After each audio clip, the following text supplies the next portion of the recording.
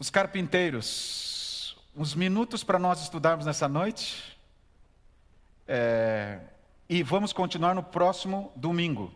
Então, você que está com a gente aqui agora, continua no próximo domingo. É uma mensagem muito forte para nós.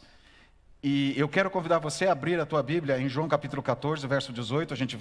O texto de reflexão começa aí, mas a gente vai estudar outros textos relacionados a este. Pode deixar a tua Bíblia aberta, por favor. Novo Testamento, João 14, verso 18. Na revista Veja, publicada em 6 de março de 2018, apareceu essa notícia: garrafa encontrada em uma praia na Austrália, que trazia dentro uma mensagem de 132 anos. Vocês já pensaram? Importante isso. O bilhete é o mais antigo já descoberto dentro de recipiente. 132 anos. Pesquisadores acreditam que ele tenha sido atirado ao mar a partir de um navio alemão. Aqui você tem uma foto da mensagem, do papel que estava enrolado dentro da garrafa, encontrado dentro da garrafa em alemão.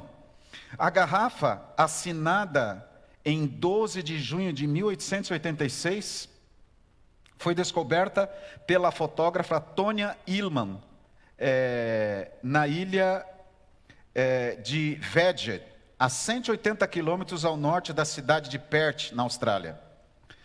Até então, o recorde de carta dentro de uma garrafa mais antiga, já encontrada numa praia, era de 108 anos, contados entre o lançamento da mensagem ao mar e a sua descoberta.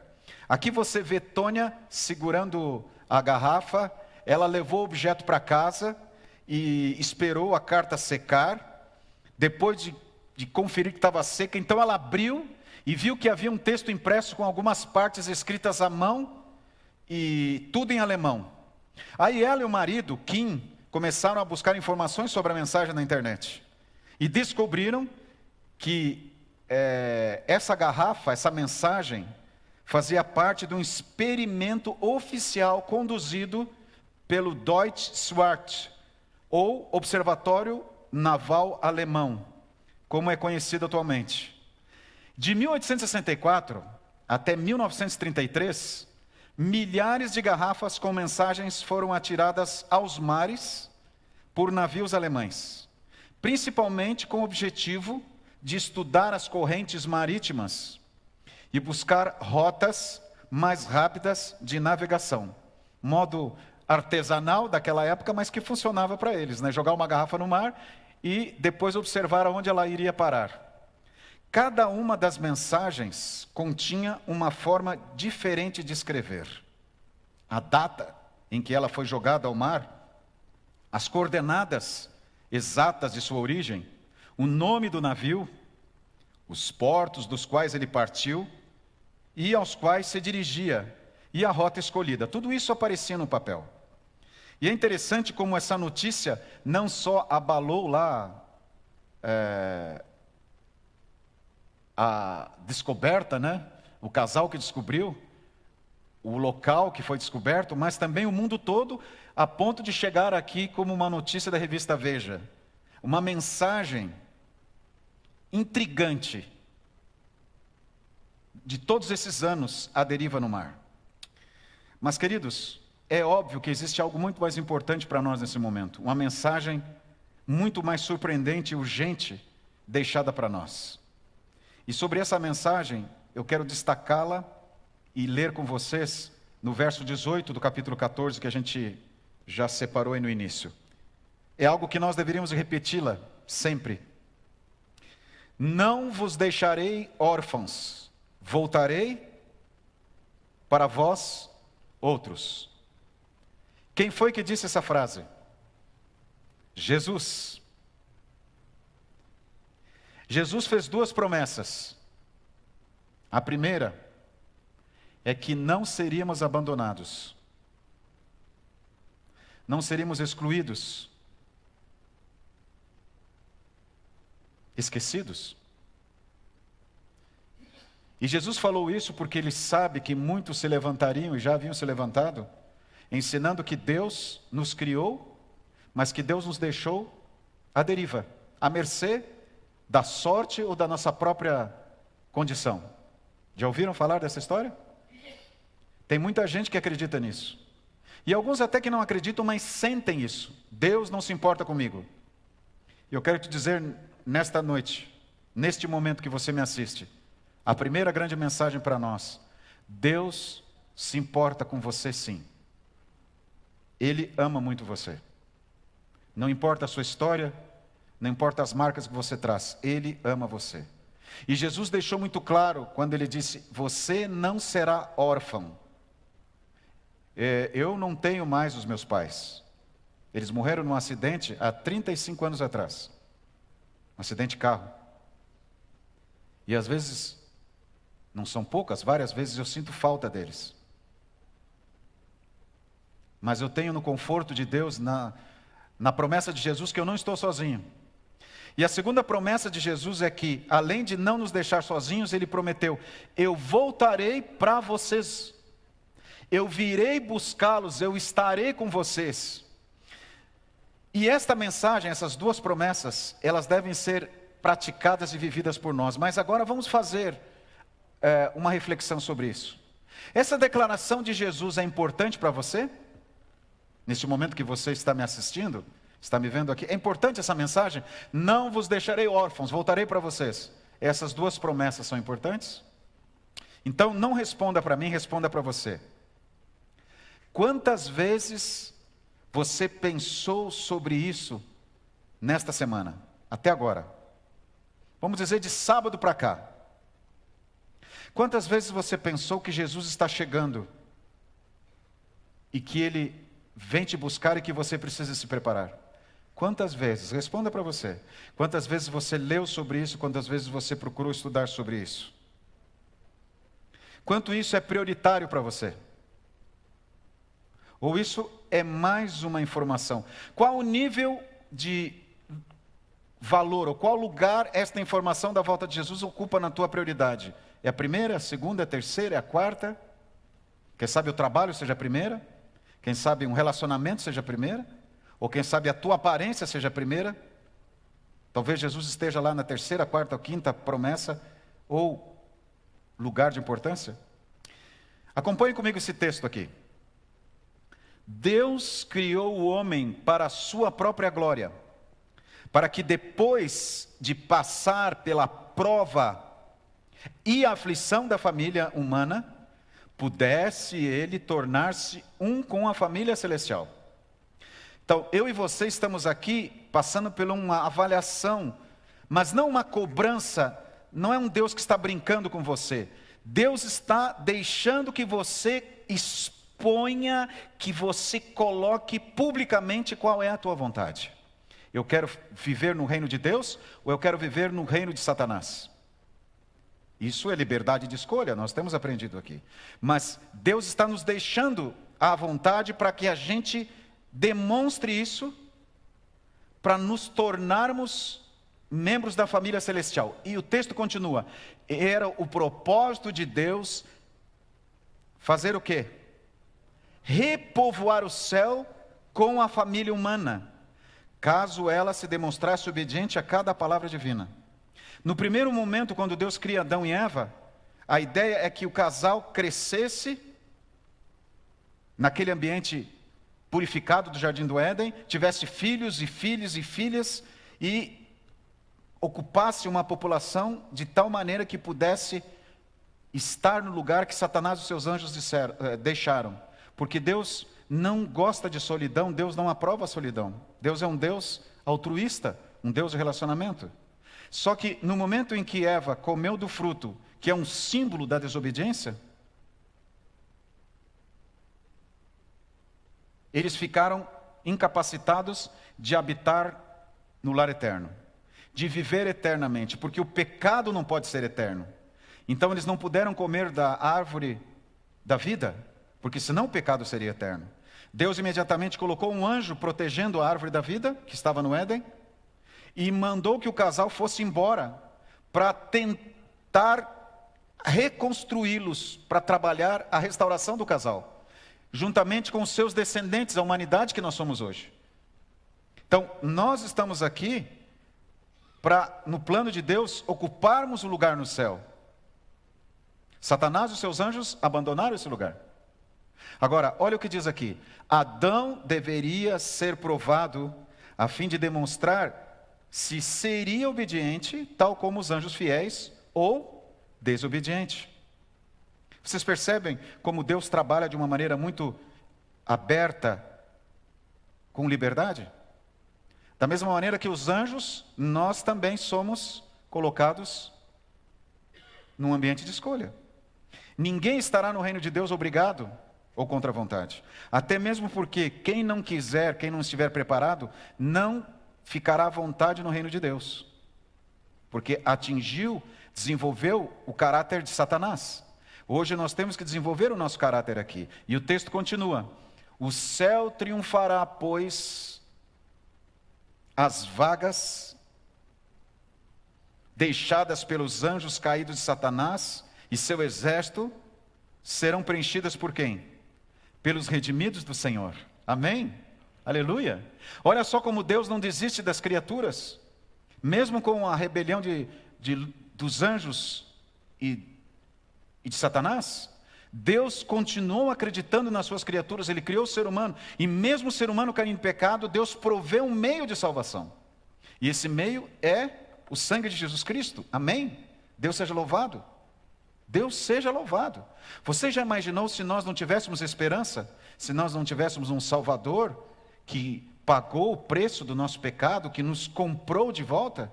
Que expectativa, que futuro nós teríamos? Pensa nisso. Andar cada vez mais à mercê do reino de Satanás e da crueldade do pecado? Agora, vá comigo para Mateus capítulo 24, para nós entendermos o contexto que nós estamos lidando. Mateus 24, verso 37 apenas. Eu quero que você e eu entendamos aqui detalhes desse preparo e dessa promessa de Jesus. Mateus 24, verso 37. O texto diz assim: pois assim como foi nos dias de Noé, também será a vinda do Filho do Homem.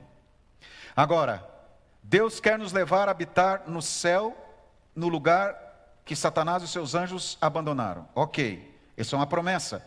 Deus não nos deixa órfãos, Deus promete que Jesus virá nos buscar. Mas o que eu preciso fazer? Por que Jesus destaca no sermão profético, ou no Apocalipse dos Evangelhos, como é conhecido Mateus 24, essa questão, como foi nos dias de Noé?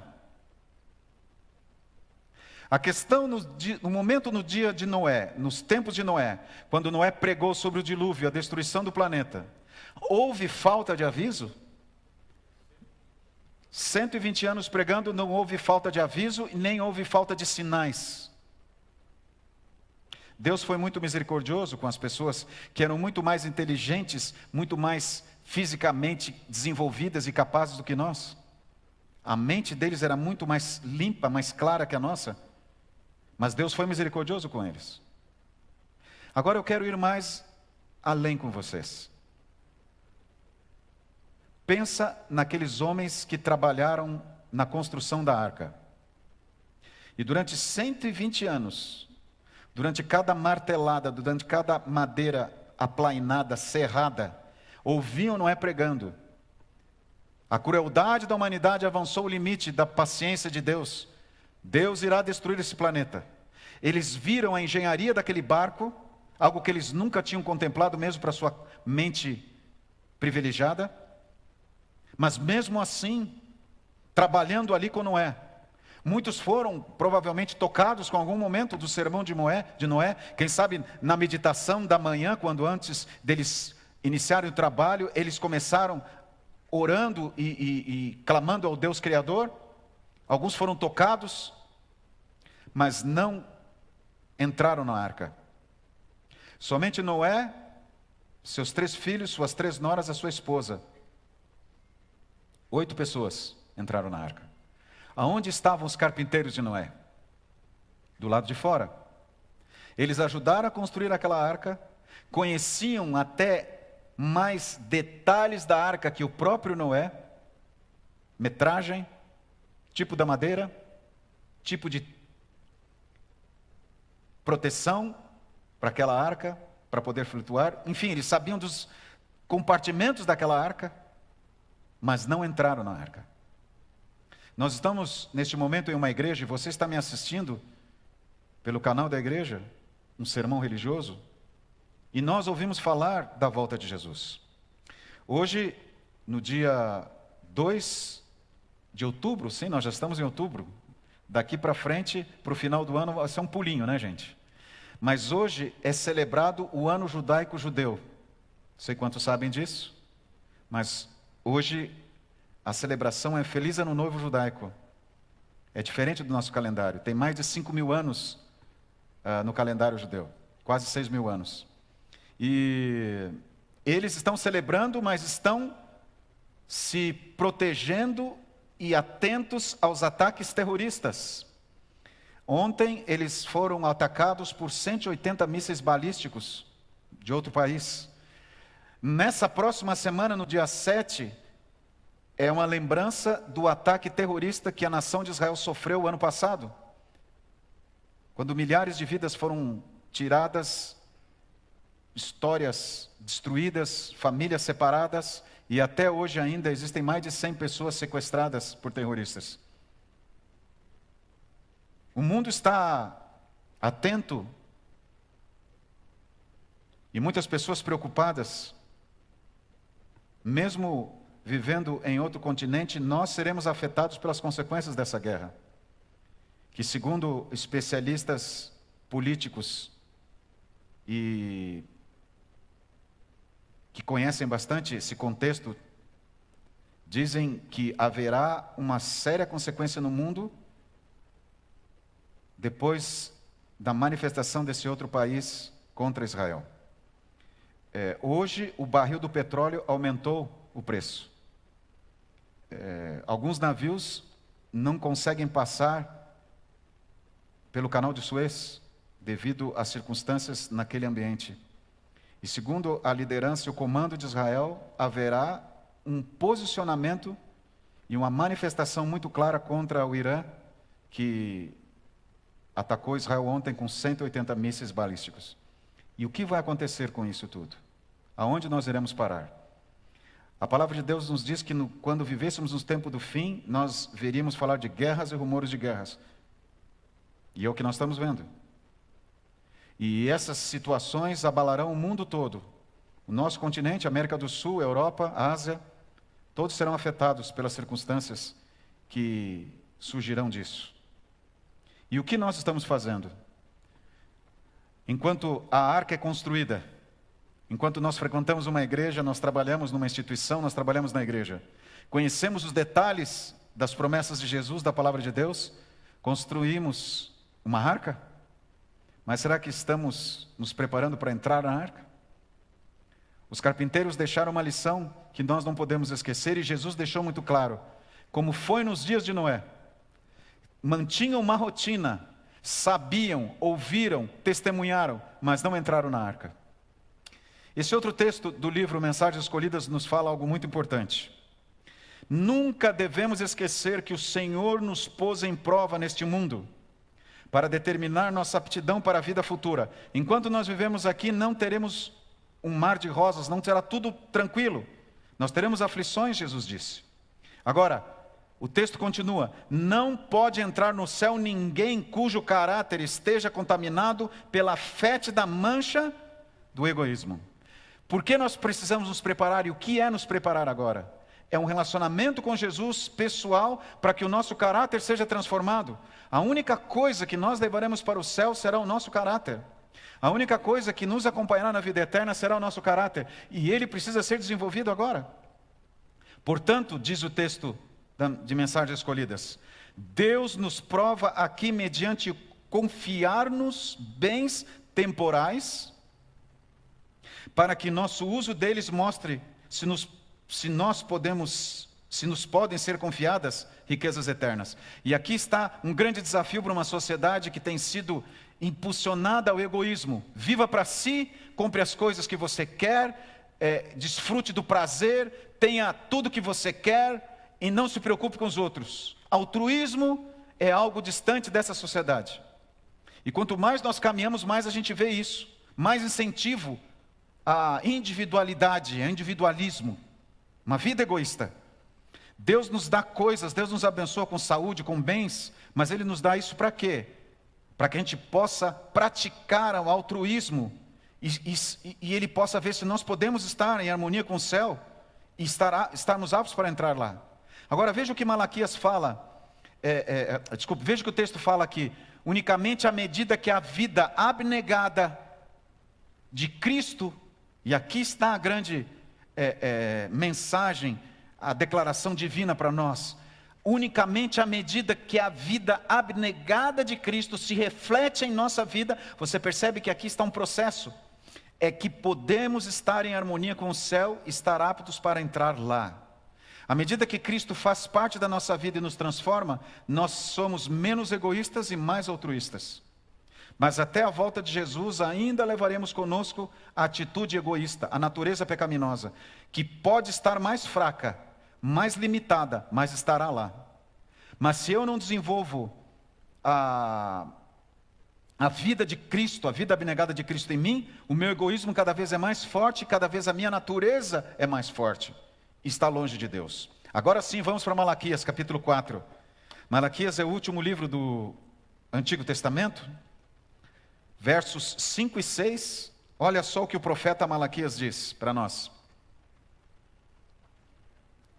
Malaquias capítulo 4, versos 5 e 6, o texto diz o seguinte: Eis que vos enviarei o profeta Elias, antes que venha o grande e terrível dia do Senhor. Ele converterá o coração dos pais aos filhos e o coração dos filhos a seus pais, para que eu não venha e fira a terra com maldição. Aqui Deus nos apresenta uma profecia em que nos mostra aonde tem que estar acontecendo o preparo.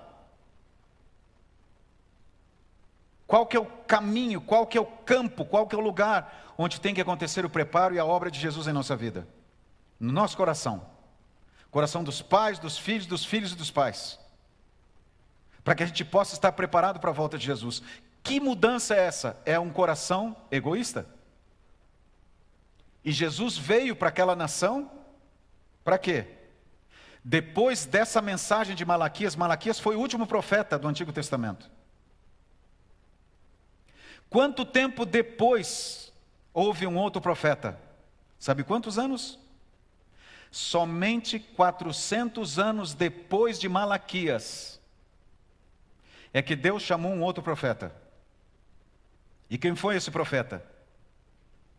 João Batista. Somente então aparece João Batista pregando a vinda do Messias. Durante 400 anos o povo de Israel orou pela vinda do Messias. Leu essa profecia de Malaquias, esperou o cumprimento da promessa. Pregou sobre a vinda do Messias. Mas o que aconteceu quando o Messias veio? Esse Messias que eles tanto pregavam e tanto esperavam. O que aconteceu? Vamos ler o último texto desta noite, desse momento. Evangelho de São João, capítulo 1, versos 11 e 12.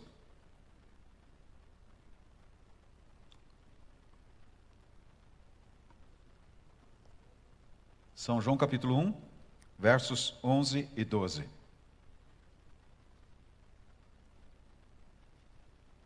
O texto diz assim: Veio para o que era seu, e os seus não o receberam.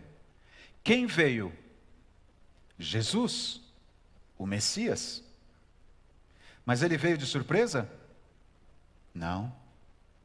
400 anos foram avisados, sinais após sinais, declarações após declarações. Mas quando Jesus veio, o povo havia desenvolvido uma expectativa totalmente diferente e que nunca Jesus ou os profetas haviam falado. Havia uma escola de rabis que achavam que Jesus seria um libertador político, Outros achavam que Jesus seria um libertador religioso e um libertador político. Não acreditaram no ministério de Jesus, porque Jesus nasceu num lar humilde e era um homem simples. Mas mesmo vendo os seus milagres, desde o começo do ministério de Jesus até a sua morte, mesmo vendo todos os sinais, não o aceitaram e o mataram. Veio para o que era seu, e os seus não o receberam. O juízo veio para os carpinteiros de Noé, e eles sabiam, ouviram, mas não estavam preparados, e se perderam. Mas o verso 12 diz: mas a todos quantos o receberam, deu-lhes o poder de serem feitos filhos de Deus, a saber, aos que creem no seu nome. A nossa vida não está perdida. O nosso caso não é um caso encerrado sem esperança. Jesus pode transformar o nosso coração. Amém? Aleluia. Se eu estou vivendo hoje uma dúvida, se eu estou vivendo uma questão com Deus, se eu tenho dificuldade de acreditar na promessa de Deus, nos seus sinais, se mesmo conhecendo os seus sinais, mesmo fazendo parte desta igreja, mesmo sabendo e pregando a sua palavra, eu não estou preparado, mesmo sendo um carpinteiro, trabalhando na obra de Deus, eu não estou preparado. Jesus pode me preparar, Jesus pode mudar o meu coração. Olha, eu tenho que começar de que maneira? Recebendo Jesus em minha vida, mesmo contra a minha vontade, mesmo questionando, mesmo que tudo não seja normal no conceito humano, mesmo que eu tenha que andar na contramão do mundo, eu recebendo Jesus, o que vai acontecer? Eu vou ser feito filho de Deus, quando eu creio no seu nome, amém? O que é ser feito? É a minha natureza ser transformada, o meu egoísmo ser enfraquecido, ser amortecido, perder a sua força, e eu me tornar diferente como ser humano, segundo meu Jesus, segundo os princípios de Jesus, segundo o caráter de Jesus, e esse caráter eu levarei ao céu. Agora, a minha natureza jamais vai querer isso. Eu posso até ver sinais, eu posso ver o mundo abalado com guerras, com problemas econômicos, com medo, com doenças inexplicáveis, a medicina paralisada diante dos desafios que tem, famílias destruídas, a sociedade abalada, e ainda continuar achando que essa humanidade tem esperança, porque o meu coração é assim. Agora, acima disso, eu posso receber Jesus na minha vida, pessoalmente, e pelo poder de Deus, eu serei transformado. Amém? Aleluia. Os carpinteiros de Noé foram citados por Jesus naquele sermão de Mateus 24. E naquele dia Jesus falou isso, para que no dia 2 de outubro de 2024, aqui nesta igreja, e você que me assiste aí, ou na data que você estiver assistindo esse vídeo, você lembre, eu não preciso me perder. Eu tenho a ajuda de Jesus para mudar o meu caráter e ser semelhante a Ele. E estar preparado, com o meu coração preparado para vê-lo. Que Deus te abençoe. No próximo domingo, 19h30, a gente continua esse assunto com outras importantes revelações e orientações de Deus. Vamos cantar? Rose, a gente pode cantar o 464, Não Desistir? Rogério, se você puder colocar para nós, por favor. Vamos ficar em pé aqui na igreja, você em casa nos acompanhe nesse hino que é uma promessa. Não precisamos desistir, Cristo vem logo. Logo em seguida, eu vou pedir para os membros da comissão virem aqui no primeiro banco da frente. Nós vamos ter uma reunião de 5 minutos de relógio. Juntos, vamos cantar.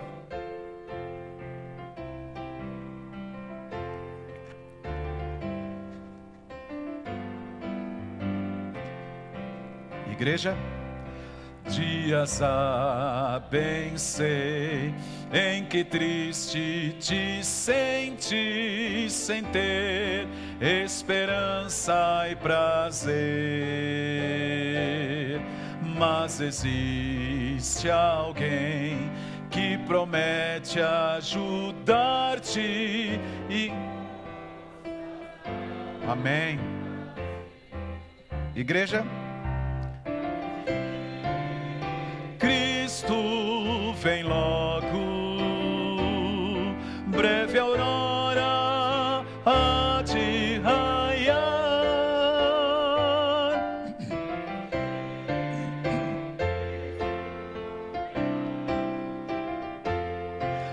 desistir, Ele virá.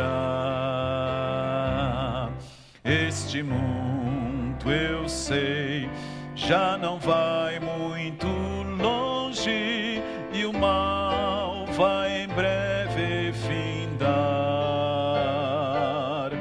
Minha fé em Deus, sim, está bem firmada. Jesus logo vai regressar. Cristo vem logo, breve aurora de raiar. Não desistir, Cristo vem logo, não desistir, Ele virá. Amém? Pai querido, perdoa-nos as vezes que temos priorizado outros valores, outros compromissos, outras coisas no teu lugar. Ajuda-nos nesse momento a lembrarmos que a tua promessa irá se cumprir. Já se cumpre hoje, pela certeza de que não estamos sozinhos, mas será de maneira gloriosa, fortalecida, concretizada e abençoada quando virmos o nosso querido Jesus nas nuvens dos céus. Tu vais voltar em breve, já está chegando aqui, Senhor. Nos abençoa a não esquecermos disso e a nos prepararmos. Quem me ouve nesse momento, se está com o coração triste porque tem vivido longe de Ti, que entenda que o Teu poder é grandioso para transformar o coração e torná-lo filho de Deus, torná-la filha de Deus. O milagre é Teu, a decisão é nossa. Obrigado, Pai. Em nome de Jesus. Amém.